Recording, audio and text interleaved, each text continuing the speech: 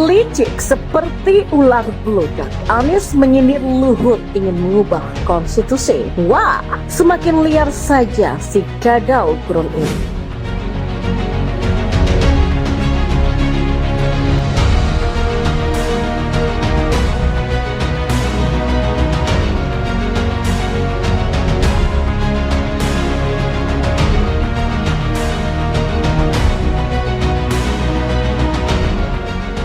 Entah dibisikin hantu blau siapa, tiba-tiba Anies Baswedan menyindir Luhut yang pernah menyampaikan mekanisme perubahan pemilu 2024 berdasarkan big data berupa dukungan dari mayoritas rakyat Indonesia. Memang dulu pernah Luhut menyampaikan wacana perpanjangan masa tugas Presiden Jokowi berdasarkan big data, tapi itu sifatnya hanya sounding saja terkait data yang dipegangnya, bukan suatu keharusan toh. Luhut saat itu menyampaikan bahwa dari big data yang dipegangnya kira-kira menggrab 110 juta, baik itu dari Facebook, Twitter, dan segala macam. Apakah penyampaian Luhut saat itu salah dan tak boleh? Saat itu Luhut hanya menyampaikan data masyarakat yang ingin pemilu 2024 ditunda dan ingin Presiden Jokowi 3 periode. Bukan memaksa, pokoknya nggak mau tahu Presiden Jokowi harus 3 periode sampai proyek IKN selesai. Selain itu, wacana itu sudah di-close kok. Sudah tidak dibicarakan dan diperdebatkan lagi.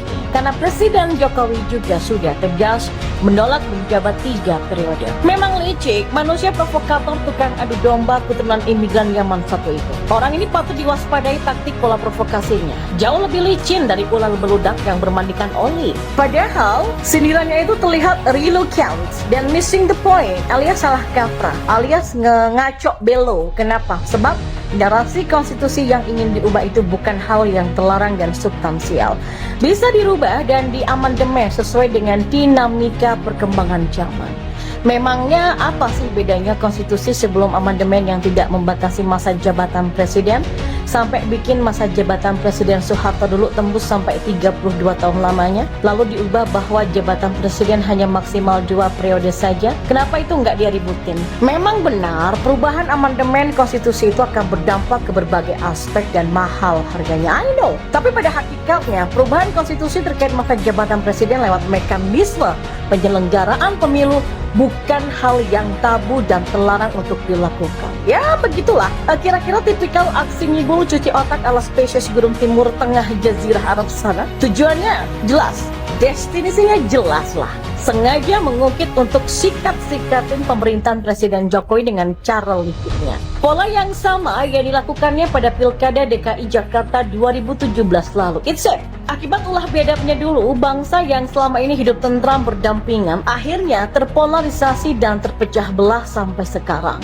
Dengan menyentil Luhut, Anies ingin membius alam bawah sadar masyarakat dan cuci otak mereka untuk membenci legitimasi pemerintahan Presiden Jokowi. Tipikal provokator tengik pemecah belah Nusantara. Sentilannya itu seolah-olah PDIP dan pemerintahan Presiden Jokowi mainnya kasar dengan terang-terangan ingin mengubah konstitusi penyelenggaraan pemilu 2024 sampai proyek IKN kelar dan tidak diganggu-gugat oleh Presiden selanjutnya. Seolah-olah menuduh pemerintah Presiden Jokowi juga ikut bermain di belakang layar untuk mengubah konstitusi terkait keputusan pengadilan negeri yang menuduh pemilu hingga 2025 mendatang agar proyek IKN beres dulu sampai kelar dan tuntas baru boleh ganti presiden. Kan ngaco namanya. Tujuan utamanya jelas agar dia berhasil meraih mimpinya di siang bolong itu untuk menjadi presiden di Republik Indonesia, bumi Nusantara ini. Jujur saja, hingga detik ini saya masih tidak habis pikir kok bisa-bisanya ya keturunan imigran Yaman yang sangat ambisius sekali ingin jadi presiden di negara Pancasila yang berbasis Bhinneka Tunggal Ika ini. Lalu dengan aksi pemain watak, Anies mengatakan dia nggak pernah bayangkan ada pejabat inti negara yang mengajak masyarakat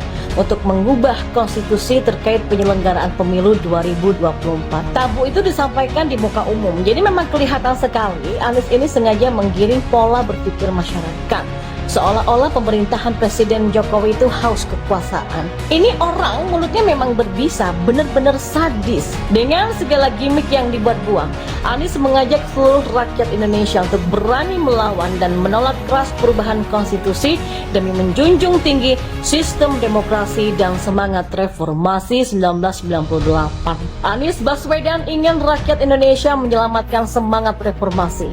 Karena Karena katanya kalau nggak dilawan, maka demokrasi di negara ini akan rusak. Ya insya Allah tuh ke depan bangsa ini akan jauh lebih baik. Enak aja bawa-bawa nama rakyat segala. Rakyat yang mana? Memangnya kita-kita ini rakyat tolol yang seperti kerbau dicucuk hidungnya terperdaya dengan hasutan licik ala Abu Nawasnya itu. Isu murahan gak bermutu. Itu sengaja disundulnya untuk mendongkrak elektabilitasnya dengan statement adu domba yang terselubung seolah-olah pemerintahan Presiden Jokowi gak komit terhadap demokrasi dan mengangkangi konstitusi demi langgengnya kekuasaan. Tipikal kebobrokan mental Timur Tengah yang selalu bikin gaduh. Padahal, once again, sekali lagi, saya ulangi, perubahan atau amandemen konstitusi ini bukan hal yang tabu dan terlarang. Amandemen konstitusi merupakan hal yang wajar manakala ada yang menyuarakan perubahannya untuk disesuaikan dengan dinamika perkembangan zaman. Yang sama sekali tidak boleh dirubah itu pembukaan Undang-Undang Dasar 45. Karena pembukaan Undang-Undang Dasar 1945 merupakan deklarasi kemerdekaan Indonesia termasuk, namun tapi tidak terbatas. Merubah dasar negara Pancasila, melakukan pembuatan makar hingga kudeta, itu yang nggak boleh. Konstitusi itu pada hakikatnya bukan kitab suci, bisa dirubah dengan mekanisme konstitusional lewat MPR. Bukankah konstitusi yang saat ini negara jalani adalah hasil amandemen untuk yang kesekian kalinya? Mana ada hukum buatan manusia berlaku mutlak sampai akhir zaman. Ya harus banyak belajar lagi si Anies Baswedan PA ini dan para begundal-begundal Nasdun pembisiknya itu. Sok cerdas tapi bego. Diakui atau tidak oleh Anies pribadi, kita semua melihat bahwa seorang Anies Baswedan sangat terobsesi dengan sosok Presiden Jokowi. Oke, kata obsesi saya pakai untuk memperhalus kata dendam dan sakit hati. Karena Presiden Jokowi tak pernah menerangkan dan menjelaskan mengapa dirinya mencopot Anies Baswedan sebagai Menteri Pendidikan Republik Indonesia. Kebungkaman Presiden atas pencopotannya ini ibarat melempar bola liar hingga kemudian masyarakat yang penasaran menyebarkan dugaan-dugaan yang menjadi alasan Anies dicopot begitu saja dari kabinet Jokowi. Entah dibisikin hantu blau siapa, tiba-tiba Anies Baswedan menyindir Luhut yang pernah menyampaikan mekanisme perubahan pemilu 2024 berdasarkan big data berupa dukungan dari mayoritas rakyat Indonesia. Memang dulu pernah Luhut menyampaikan wacana perpanjangan masa tugas Presiden Jokowi berdasarkan big data. Tapi itu sifatnya hanya sounding saja terkait data yang dipegangnya, bukan suatu keharusan toh. Luhut saat itu menyampaikan bahwa dari big data yang dipegangnya kira-kira menggrab 110 juta, baik itu dari Facebook, Twitter, dan segala macam. Apakah penyampaian Luhut saat itu salah dan tak boleh? Saat itu Luhut hanya menyampaikan data masyarakat yang ingin pemilu 2024 ditunda dan ingin Presiden Jokowi 3 periode.